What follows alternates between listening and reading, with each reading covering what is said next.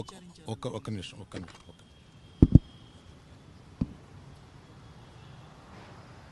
ఈరోజు కాదు, నిన్న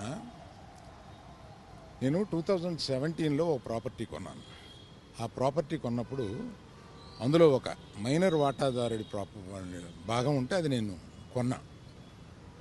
కొన్న తర్వాత అతను ఈడీ ప్రాబ్లం ఏదో ఉంది, అతను బ్యాంక్ లోను తీసుకుని అది ఏదో కట్టలేదు, దాని మీద అతనికి ఈడీ ఎంక్వైరీ ఉంది.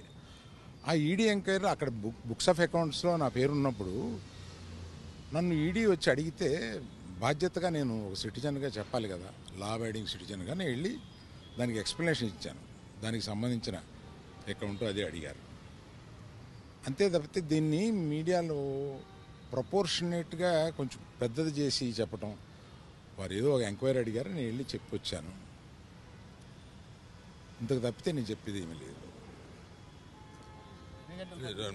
ఏమండి, అవన్నీ నేను ఒక కేసు అక్కడ ఈడీలో ఉన్నప్పుడు నేను ఇవన్నీ చెప్పడం కరెక్ట్ కాదు, చెప్పలేను. Thank you.